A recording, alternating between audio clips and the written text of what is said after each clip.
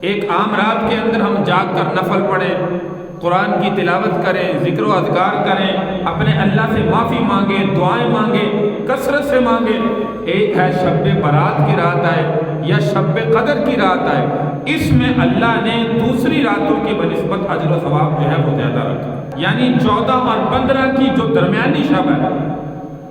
جس کو شب برات کہا جاتا ہے، تو جتنا ہو سکے اس رات میں بھی زیادہ سے زیادہ اپنے اللہ کی عبادت توجہ کے ساتھ اللہ سے معافی بھی مانگے، اور اس رات میں یہ یاد رکھیں، احادیث مبارکہ میں اس کی فضیلت تو موجود ہے،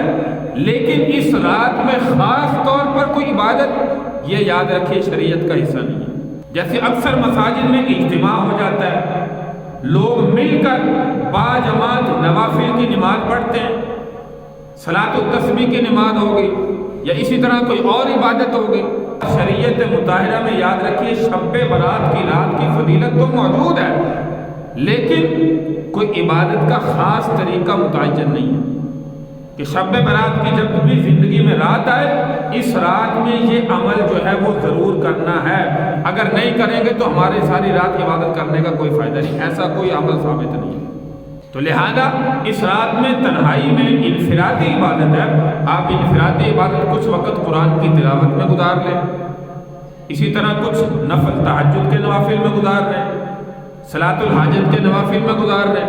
کوئی ذکر و اذکار میں گزار لیں، کوئی اپنے اللہ سے معافی مانگنے میں گزار لیں۔ واقعتاً یہ بخشش کی رات ہے، انسان کو اپنے اللہ سے معافی بھی مانگنی چاہیے، اس رات میں کثرت سے عبادت کرنی چاہیے، لیکن میں نے کہا انفرادی عبادت کا ذکر شریعت میں ہے، احادیث مبارکہ میں ہے، کوئی خاص عبادت کا ذکر جو ہے وہ موجود نہیں۔